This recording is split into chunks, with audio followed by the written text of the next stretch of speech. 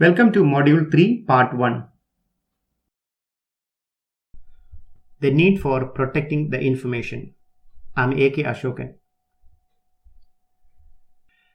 In order to get a clear picture, we need to understand terms like threats, vulnerabilities, attacks, and risks.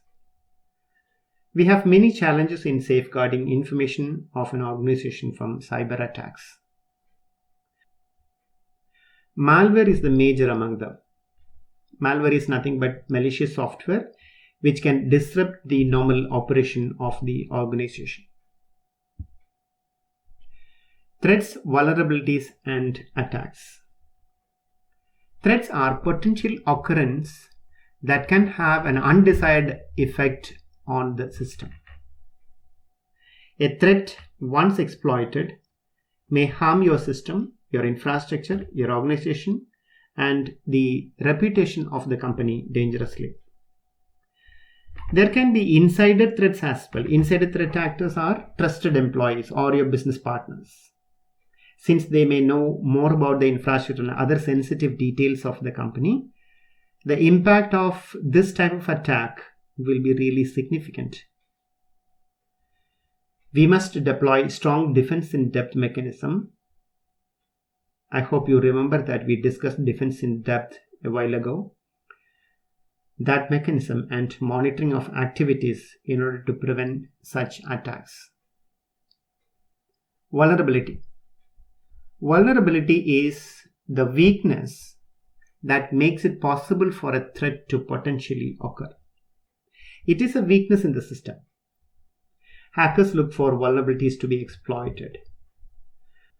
Vulnerability can be in the configurations, in the systems, in the open ports that have not been filtered by the firewall. Filtering means the traffic is handled by the firewall before reaching the port, or any security misconfiguration also can be a vulnerability. Next is attack. Attack signifies compromise of any one or more of the CI triad. Action of a malicious intruder that exploits vulnerabilities of the system to cause a threat. That is what is an attack.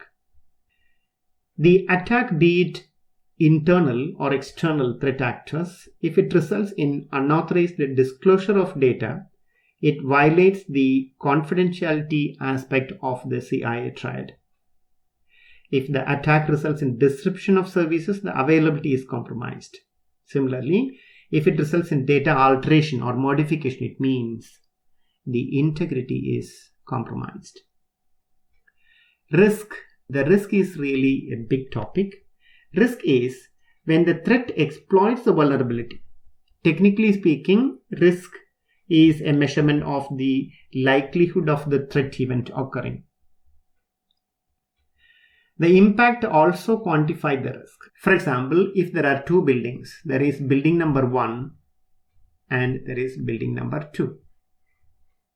And all this building has about, say, 10 floors. Both the building has 10 floors. This has 10 floors. This also has 10 floors. But this building number 1, there are a lot of business organizations, there are a lot of people there, and very heavily crowded area. And this is a very old building. There is nothing in that. This is a very old building. Now, if there is an attack happens on this building as well as this building, the impact will be more on this building, the first building, because there are a lot of people and business establishments. Since this is a very old building, the impact is not that much here. So the risk is more in the first building because the impact is more on people and assets in that building. Hence, the combination of threat, vulnerability, and impact signifies the quantum of risk. Common threats. Some of the common threats are embedded links in the email and attachments, social engineering, wireless hotspot or ROG AP, stolen equipment, all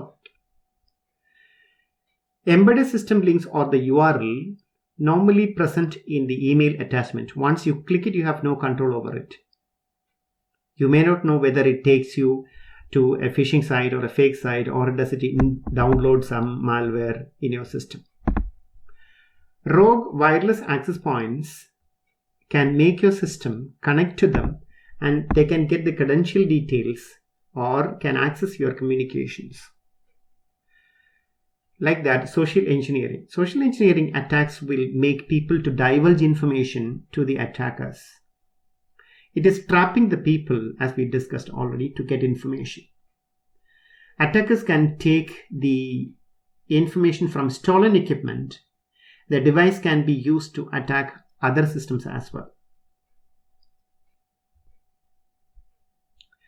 There are a lot of other network threats also. Spoofing, tampering, repudiation, information disclosure, DOS or DDoS attacks, and escalation of privileges. Let's discuss a few of them. Spoofing.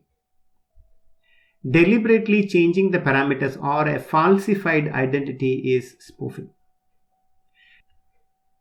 You can spoof the IP address, MAC address, usernames, system names, or wireless SSIDs, email addresses. Any other details can be spoofed.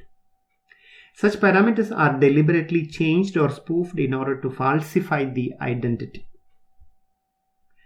Tampering. Tampering is unauthorized modification to information assets. Any action resulting in unauthorized changes or manipulation of data, whether in transit or storage. This transit or storage pertaining to the data, we will discuss this in cryptography lesson module 10. Tampering is used to falsify communications or alter static information. Such attacks are a violation of integrity as well as availability.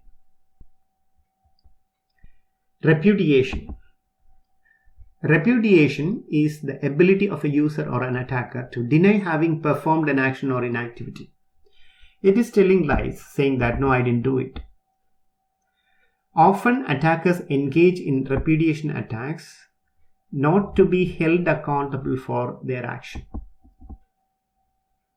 Attackers carry out the repudiation attack not to be held accountable for their actions. It is the ability of an attacker to deny having done an activity or any action. It is denial. Non-repudiation is that the sender cannot deny sending, or it can be proven that he or she is lying. Means, if at all someone has done something, he cannot lie. If he is lying, there is methodology that we can prove that he is lying. That is by the cryptographical methods. Again, we will discuss this in the 10th module, cryptography. Please follow the continuation part. Thank you.